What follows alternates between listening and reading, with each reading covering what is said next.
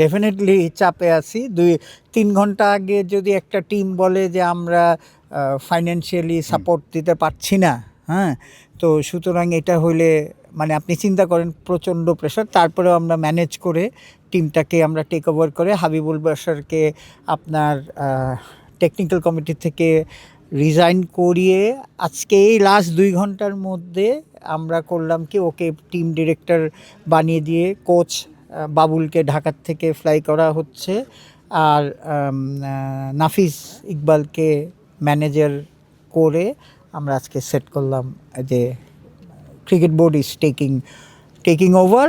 আর যেই চিঠিটা আমাদের দিয়েছে আমরা এটা লিগ্যাল ওপিনিয়নের জন্যে আমাদের লিগ্যাল টিমকে পাঠিয়েছি। মিঠু ভাই, আপনারা এতটা যাচাই বাছাই করে দিয়েছেন এবং বলেছেন যে কোনো ছিদ্র আপনারা রাখছেন না, কোনো ফুটো রাখছেন না, কিন্তু কোন ফুটো দিয়ে আসলে এই ধরনের একটা ফ্র্যাঞ্চাইজি ঢুকে গেল যে আপনারা এখন বিপাকে পড়ে গেলেন? সেটাই তো, যে কতটা দেখেন, আমরা তো অ্যাকচুয়ালি এই টিম যখন নেওয়ার সময় আমরা কিন্তু ফাইন্যান্সিয়াল অডিটর দিয়ে ওদের অডিট রিপোর্ট ব্যাংক ট্যাঙ্ক চেক করে তারপরে আবার আপনার আমাদের সিআইডি দিয়েও অন্যান্য চেক করিয়ে, মানে গভর্নমেন্ট এজেন্সি দিয়ে চেক করিয়ে নেওয়া হয়েছে। তাহলে তো সবাই ব্যর্থ মনে হয়।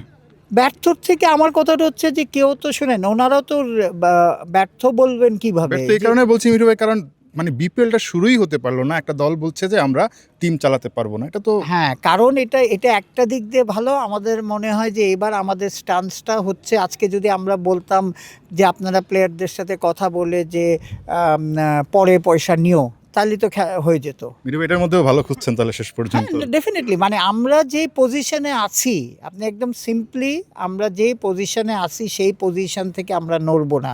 এক হচ্ছে ইন্টিগ্রিটি ইস্যু, হ্যাঁ, সেকেন্ড হচ্ছে আপনার প্লেয়ারদের পেমেন্ট। তারা আসলে তাদের চিঠিতে কি বলেছে, কি কারণে তারা তারা বলেছে যে প্রথম কথা যে তাদের ফাইন্যান্সিয়ালি তারা খুব বেকায়দায় আছে, কারণ তারা কোনো স্পন্সর পায়নি বিকজ অফ নানান রিউমার, যে গত 1 মাস ধরে নানান রিউমার, যে তাদের টিমের তো জানেন যে ইন্টিগ্রিটির ব্যাপারে তাদের অনেক কথা হয়েছে প্রেসে, সোশ্যাল মিডিয়াতে, সেই জন্যে কোনো স্পন্সর জড়ো হতে পারেনি বলে তারা এটার বার্ডেন নিতে পারতেছে। আপনারা তো এখন দলটা নিয়েছেন, জি, যে প্লেয়াররা চুক্তিবদ্ধ হয়েছে, যদি আমরা 9 শেখের কথা বলি, 1,10,00,000 টাকা চুক্তিবদ্ধ হয়েছে, তারা কি ফুল পেমেন্টটা পাবে নাকি বেস পেমেন্টে তাদেরকে? না, আমি একটা বলিনি, ওইটাই প্লেয়ারদের সাথে কথা হয়েছে, ভেরি সিম্পল। অকশনে যা হয়েছে সেটা আমরা ফুললি কভার করব, এবং এই ব্যাপারে যে যেহেতু আমরা টেক ওভার করেছি, যে if they can show a contract, আপনার সাথে যদি একটা কন্ট্রাক্ট থেকে জারি, কোচ হোক কেউ, যে কন্ট্রাক্টটা আমাদের দেখাতে পারলে আমরা ওই কন্ট্রাক্টটাকে মেনটেন করব। আমাদের কাছে ওনাদের টাকা রয়ে গেছে, হ্যাঁ, plus financially we had covered, financial instrument দিয়ে উই হ্যাড কাভার্ড 10 crore টাকা। সেটাকে কি আপনারা রেখে দেবেন না ফেরত দিয়ে দেবেন? সেটা আমরা তো লিগ্যাল ডিপার্টমেন্টের উত্তরটা আসুক, তখন আপনাদের জানিয়ে দিব, কারণ এটা লিগ্যাল টিম উইল সে। এখন আপনি টিম নিয়ে আপনি যদি নাই পারতেন তাহলে টিমটা নিলেন কেন? সো আমাদের কোয়েশ্চেন হচ্ছে এটার যে সবাইকে অ্যাংজাইটিতে ফেলে জাস্ট 3 ঘন্টা আগে আপনি চিন্তা করেন যে 3 ঘন্টা আগে আপনি আমাদের না করে দিয়েছেন।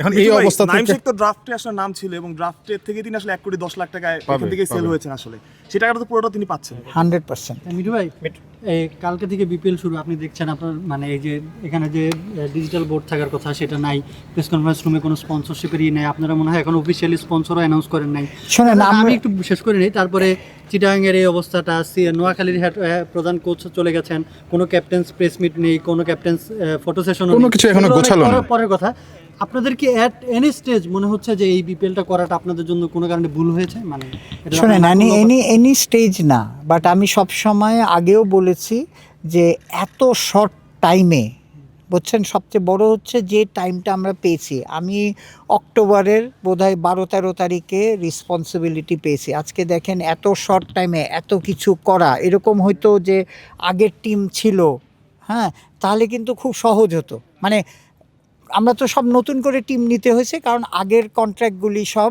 আপনার শেষ হয়ে গেছিলো।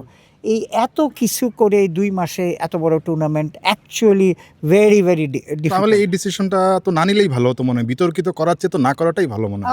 এটা তো আমার ডিসিশন না, কথাটা বুঝছেন, এটা কালেকটিভলি উপর থেকে ডিসিশন নেওয়া হয়েছে, নিয়ে বলেছে যেটা করতে হবে। আমাকে আপনি বলতে পারেন যে আপনি এত বড় দায়টা রেসপন্সিবিলিটি কার হবে মিঠু ভাই যদি এখন আরো বড় ব্ল্যান্ডার হয়? কারণ একটু আগে নোয়াখালী এক্সপ্রেসের 2 জন কোচ মাঠ ছেড়ে চলে গেছে যে আপনারা একটা টিম যাচাই বাছাই করে দিয়েছেন, ওরা বলই দিতে পারে না, 2টা বল দিয়ে এত বড় একটা দল প্র্যাকটিস করে। হ্যাঁ না, এটাই শুনলাম যে তাদের বলে ঢাকার থেকে ফ্লাইট আসতেছে না বলে তারা না, কিন্তু তারপরেও তারা পেমেন্টটা দিয়ে দিয়েছে। একটা গুড নিউজ হচ্ছে যে দেখেন, রংপুর রাইডার্স 50% পেমেন্ট দিয়ে দিয়েছে, রাজশাহী 25% দিয়েছে, তারপরে ঢাকা 25% দিয়েছে, একটু আগে বলে আপনার নোয়াখালীও 25% দিয়ে দিয়েছে, অ্যান্ড বিকালে বলে সিলেট দিয়ে দিবে।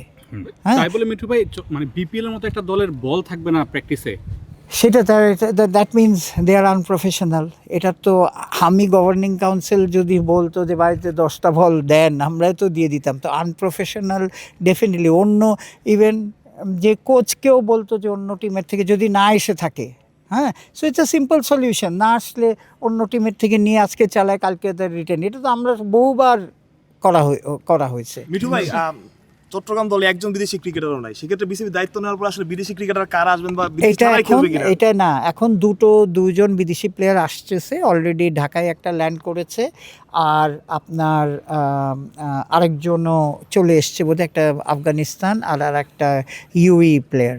কিন্তু হাবিবুল বাশারকে দায়িত্ব দেওয়া হয়েছে যে তারা তো টিমের স্ট্রেংথ নিয়ে হিসাবে তারা আপনার প্লেয়ার নিচ্ছে। চ্যাম্পিয়ন আপনারা কি আগের দিন যে এরকম অবস্থা হলো, আপনারা কি একটু উদ্বিগ্ন যে থ্রুআউট দ্য বিপিএল আগামী 1 মাস কি হবে এটা নিয়ে?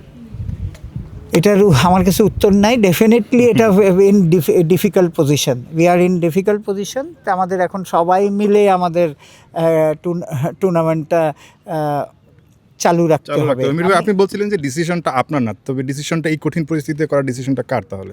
আমাদের collectively board has taken a decision. So ওইখানে 25 জনের মধ্যে আমিও একজন। কথাটা বুঝছেন? নোয়াখালী লাস্ট ওই টপিকে আর কি, বলেন। আপনার কি মনে হয় যে এটাও আপনাদের টেক ওভার করতে হইতে পারে এট সাম পয়েন্ট?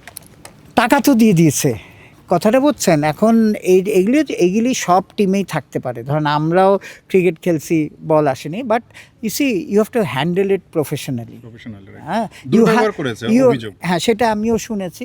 এখন আমাদের সুজনের মতো একজন ফর্মার ক্যাপ্টেন বা one of the best coach, তার সাথেও তার সাথেও এগুলি করা তো উচিত না। তো আমার সাথে কথা হইলে আমি এটাই সাজেস্ট করব যে they have to be professional handling the players, handling the management. চট্টগ্রামের মতো অবস্থা হয় তাহলে কি আপনারা টেক ওভার করবেন কিনা? বিসিবি প্রস্তুত কিনা টেক ওভার করতে? এটা তো বলেই এটা উত্তর তো সেম, আগেই বলছি, আরও 3-4টা কষ্ট হলে যাই হলো আমরা করব। এটা গ্যারান্টিড ফ্রম বলেন। লিমিটেড টিম আসার পর থেকে কি এটার ফ্র্যাঞ্চাইজি লিগ বলার সুযোগ আছে কিনা? কিসের? মানে টেক ওভার করা, বিসিবি টেক ওভার না, এটা তো আপনি পিএসএলও কিন্তু দেখেন আছে, পিএসএল সব কয়টা ফ্র্যাঞ্চাইজি একটা পিসিবি চালায়। সো আপনি বলতে আপনি যদি বলতে পারেন, কিন্তু রাইট নাও আমার মাঠে খেলা গড়াতে হবে। So priority is that. আমার এখন সিম্পল প্রায়োরিটি, নাম্বার 1 প্রায়োরিটি মাঠে গড়াতে হবে। সেকেন্ড হচ্ছে প্লেয়াররা যাতে সব টাকা পায়। থার্ড হচ্ছে যাতে আপনার ইন্টিগ্রিটিটা ঠিক থাকে। ট্রমান্ডাস কিন্তু প্রেশারে আছে টিমরা, আপনি জিজ্ঞেস করে দেখতে পারেন। হ্যাঁ, আর ফোর্থ হচ্ছে যে ভালো উইকেটে ক্রিকেটটা ভালো হয়। আর আপনি তো জানেন, দেখেন প্রথম 3 দিনের ম্যাচের 1 কোটি টাকার উপর টিকিট সেল হয়ে গেছে। আমরা এটাও আপনাকে দিয়ে দিব, ঠিক আছে, বুঝছেন? ঠিক আছে।